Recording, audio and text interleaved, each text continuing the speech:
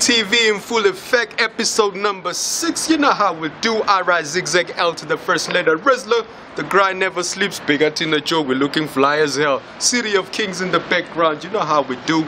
Divine is gonna be crazy. We got exclusive news for y'all to check out. Don't forget the website, fully operational, so you can go download and get that stuff. You know, we got exclusive from the Shoko Festival 2012. It was crazy. Mike Crenshaw all the way from the States is in the building. And don't forget, got exclusive bars for y'all. SKR will be in the booth live and direct from the Shoko Festival.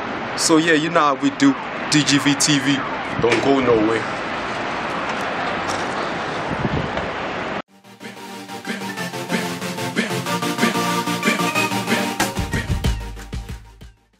Yeah, man, you know how it is. The month of April is very historic in Zimbabwe. You know, that's where we got our independence on. So we decided to come through with what we called the independent grind, where MCs came out, you know, all those that are published by the Grapevine, of course, came out, put out some mixtapes and some albums, and it was crazy. So first to do that was your boy Trace Elements. You know, Rizzler came out with a mixtape. That's me, of course, you know, trying to put down some good music for y'all to listen throughout the whole month. So you can go out and download that stuff. It's still there right on the website. Then on the 17th of the same month in April, your boys Tariq's Trench Warfare, the EP is definitely out. They got a nice joint there, two-step, you know, and Choices was our good. Fat Nick, the boys User, I see you, man. Go out, download on the website, and don't forget, Sin-K also dropped that on the 18th, right on Independence. It was the Takeover mixtape. Crazy, man, but you know how we do. Bulawayo, City of Kings is coming through, mixtape music, everything is going crazy. And not to be outdone was my boy Bigger Tina Joe himself. Mac was in the building. He's got the illest track out right now, Six Pack. Yay! People are gonna go all out when it comes to partying with that. Yo, the track was recorded in the City of Kings, mixed and mastered in Australia by my boy, compositioner, co-owner of this year's show. You know how we do. Recorded Bulawayo, mixed, mastered, Australia. We worldwide, baby. In the exact same studio Jay-Z and Kanye did that. Watch the pro. So you know we ain't playing. We're putting down our monies. Six Pack is the joint. Bigger Tina Joe. That was the news. The Grapevine DGV TV. Aha! I see you.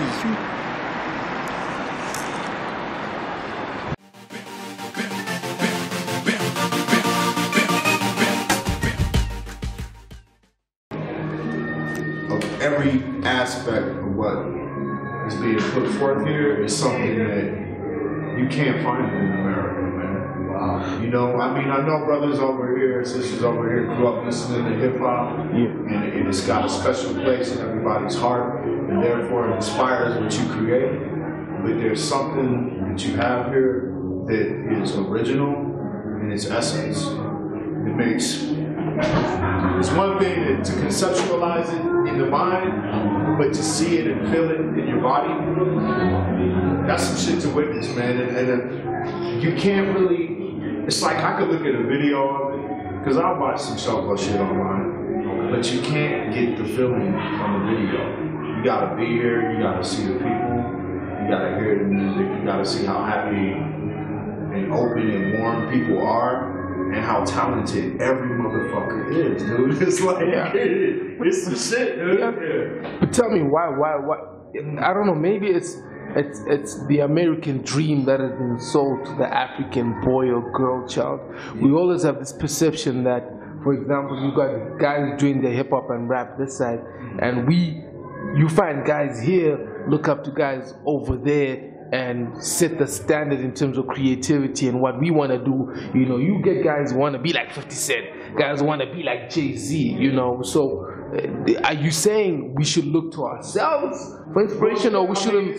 I'm honored to be of a generation that created something that set a bar for my people to aspire to all over the world. However, I do feel Africans need to look to themselves, because to me the bar that is set by Africans in Africa creating black music has far surpassed what comes out of the West already. Okay. And sometimes, you know, it's a weird metaphor. Like, I've had the opportunity to travel all around the world, being a kid that comes from the south side of Chicago, originally that's the bricks. It's concrete everywhere. And have an opportunity to go to places where the sand is white and the water is crystal clear and it's beautiful and it's paradise, right? One of the things I always wonder is, do the people in paradise realize they're in paradise? The same question could be posed to the kid growing up in the hood, in the ghetto, like, because all he sees is what's around him, and he's surrounded by it every day, and everyone that came before him was surrounded by that, and everyone that comes after him, if he doesn't make it out of there, and it's just normal, does he realize how fucked up his situation is? Of course he does. So in thinking about when I'm here looking at Shoko and Zim, and looking at the artistry, and looking at the crowd, I'm like, do the people in Zim realize how beautiful what y'all have is? You know what I'm saying? Because you ask that question about, should Africans look to themselves? All day. All day. Okay. So south side of Chicago, that would be Chi-Town? Chi-Town. Exactly. Okay, so tell me, in terms of your experience, we heard you earlier on at the Book Cafe discussions talking about, you know, the militant background and how you guys went in, and where did you draw your inspirations for you to be involved in the struggle for equality for as long as you have? Because at some point in time, you know, did you have questions or doubts? I've always had questions, man. I mean, when I was a kid, you know, you put your heart first and you go there, and you don't really think about the consequences. When I was younger, living a life of violence that had political principles behind it, a lot of the elders would say, man, if you keep doing what you're doing, you're going to be dead or in jail. And I'd be like, well, nobody's dead or in jail now. But if I look back, a lot of them same cats, it didn't work out for them, you know. And so somewhere along the way, my doubts did, as I got older and realized that I had to be responsible not only for my actions, but for the future of my children. Of course, I'm going to change the way I go about things in the world. And, you know, trying to engage through violence, you know, you can fight and fight and fight, but whatever you're fighting against, chances are, is not going to go away. And you might lose your life doing that, and that problem will still be there. So we have to figure out ways to fight bigger than shedding our blood. And growing up, there's always been music, there's always been literature that my people contributed to the struggle, that informed me and let me know that there's a lot of ways to educate yourself, you know what I'm saying? So George Jackson, Blood in My Eye, the Black Panther Party, Public Enemy, X-Clan, Bob Marley, Peter Tosh, Late Question Johnson, Earth, Wind and Fire, Parliament Funkadelic. It's infinite, our contribution to arts and culture, knowledge and information. That it's only what's right. When I was talking to the brother earlier, and I don't mean to go on too long, you know, so sometimes we have to keep things short with it. No, but yeah, no, you said this. But I was talking to the brother earlier about how the people who have dominated the world for most of recent history, okay, the advent of European history and colonialism and imperialism and the slave trade and all the materials that were created and the profit from the free labor and the exploitation that made the foundation for the industrial revolution that basically paved the way for the current world that we live in, was basically created on the blood, sweat, and tears of black people and brown people all over the world. And a lot of the people from the ruling class and the privileged class, we have to understand that the reason that the military industrial complex exists the way it does on Earth is because they fear.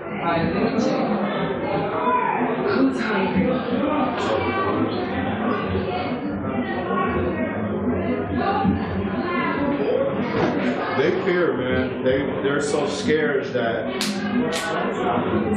if we had power, that we would do to them what they've done to us. But okay. I think at the heart of the matter is, man, we don't care to do that to people. Okay. Look at the true nature of what we are and what we have to offer the world and how we interact. The only time we go in on people is when our conditions have been manipulated to a situation where we feel like we have to fight back. Okay, question. I mean, like, we've had, especially this side on the African continent, and my first question would be, first of all, it's like a 3-point question. Did you ever believe that you'd have a black American president in America? And secondly, there's been a debate this side over, is he a genuinely black president representing interests of his kind, or was he put there in order to make it look like this change and progression? In my opinion, he was put there. That's almost obvious.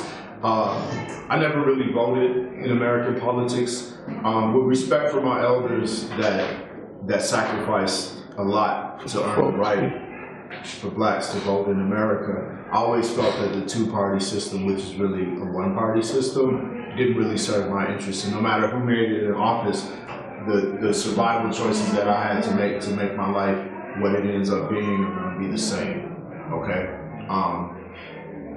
Regardless of the laws that are made or not made, and what the politics, because the politics in America are really about protecting private property and protecting the rich, the super rich. And I think that Obama was chosen because, you know, the dominant culture is in crisis. They can no longer function the way they have been. The world is waking up, and the exploitation of the resources that have gotten them into power, it's going to start to cost them more to produce those resources than they will be able to profit from the same raw materials and products that they turn around and commodify. And part of that has to do with the people of the world awakening and understanding. I mean, look at what's happening in the Middle East, you know. Look at what's happening in the United States, what's been going on in Africa for a long time. You know, it's, people are like, you know, sometimes it's one step forward, 2 steps back, but it's like Bob Marley said, you can fool some people sometimes, but you can't fool all the people all the time. And I believe that Obama is a product of them trying to appease people. He was put there to make us focus on the image of a black man in office as if that was representative of change, when in reality, they're gonna keep doing what they're doing. And what they do is they murder, they rape, they steal, they exploit, and right now they're trying to consolidate all the resources they can because they know their day is coming to an end. That's why the military of the military powers are basically ramping it up, mostly the United States, to try to engage in so much warfare, because all we're really good at right now is killing people. We used to be good at employing our industrial workforce. We're not good at that anymore because technology destroyed the labor. So you can't, why would you pay somebody to do something what a machine can do? Now that the labor has been wiped out and devalued, where does the worker earn enough money and income to actually consume to put back into the economy? It's done. And that's what all this war is about, because they need to create opportunities for people to serve the system in a way that further exploits resources for the benefit of the people that control that system. So we're gonna go all over. We're gonna put Obama in office. We're gonna use him as a tool to usher in AFRICOM. We're gonna take things that really don't have anything to do with much more than the fact that people don't have enough to eat and their basic necessities aren't met. And we're going to call those people that are fighting for that terrorists, and we're going to use them as an excuse to go in and destabilize a region. We're going to try to set up bases everywhere. We're going to have the CIA all up. You know what I'm saying? Covert operations all through Africa, you know, because they've been knowing that the resources here, one term for Africa was Abyssinia. That means a bottomless pit. You know what I'm saying? Because there is still so much raw material and human resources on this continent to be exploited. And the only way for them to do that is to try to keep their war machine cracking.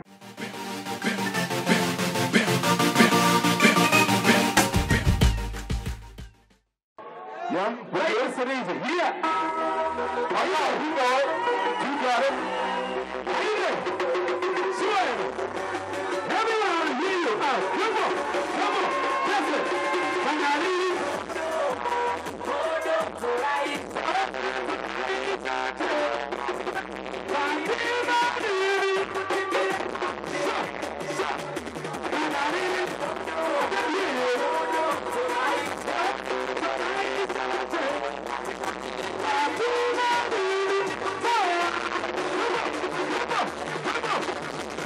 drama, but once was so much more drama.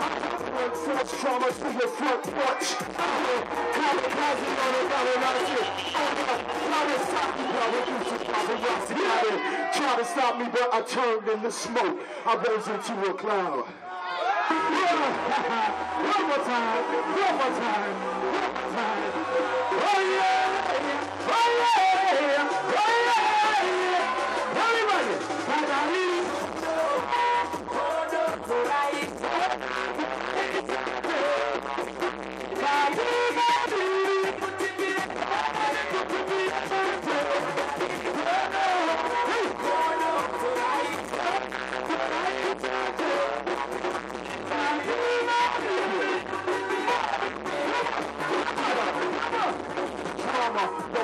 So much more drama, blunt force trauma to your kamikaze on a kamikaze.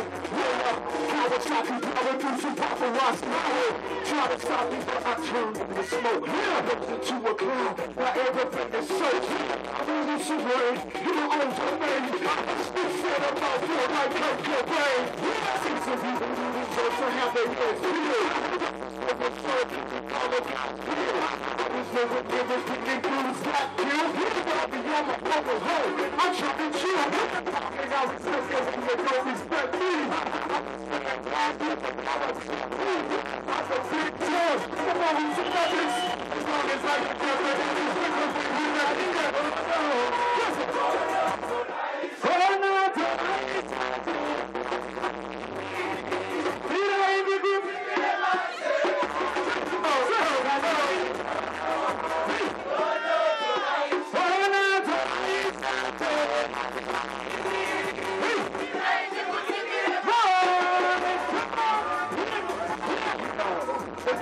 I said before, when I started in front of all the people with a man was shooting. I'm watching the crowd, catching jumping up and down, girls and shaking their booties. And right now what you have is spontaneous combustion. Ain't even fucking happening, but progression.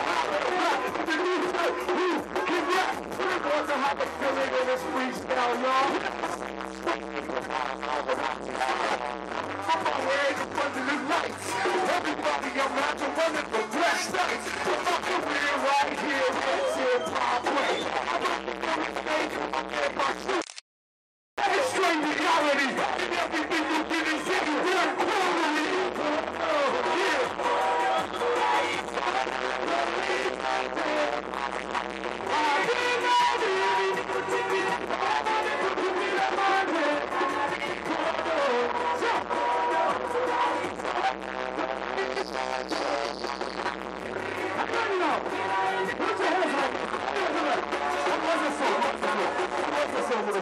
It's exclusive. Hey!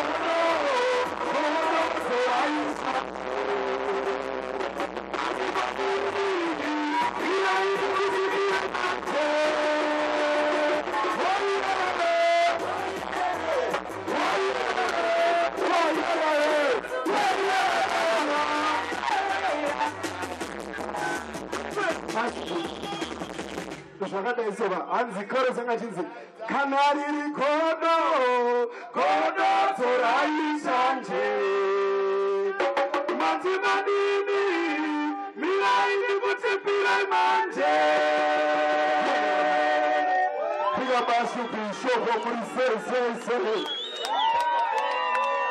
Yeah, man, you know, it's been a nice show. Thanks for banging with us.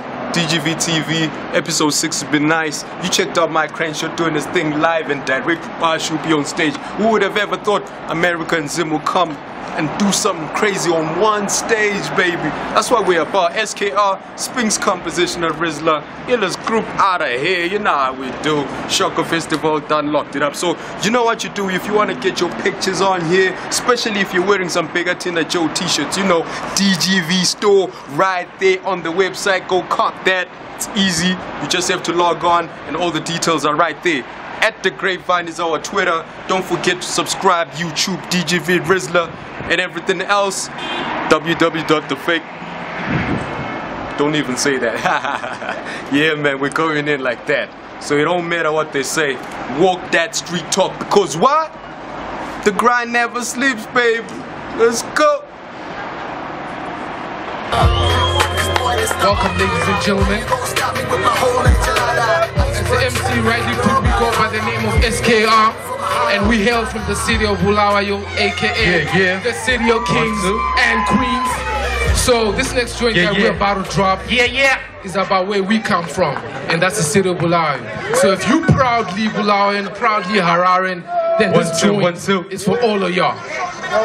DJ, make some noise! Hey, what up? Yeah. SKR.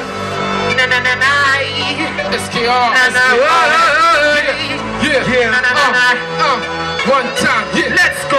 Rockin' the force, rockin' the force. What you know about the joint that is harder than that? The rockin' the force, rockin' the force. Brothers from the city of kings, Trey man, go rockin' the force, rockin' the force. Rockin' about the joint that is harder than that. Taking over your part, he's rockin' the force, rockin' the force. This is the warrior, the king. The classy ghetto. The way you hustle on the streets, homies, they know. For the record, time is where I came from.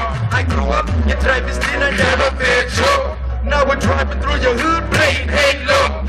Never lay low, lived on the edge, bro. You little G legend, yes, Chavo. The hard life made us hustle hard. The power cuts, water cuts, made us all just hustle up. And now we're street smart, homie, never sleep up. So slick with the flows, homies link up.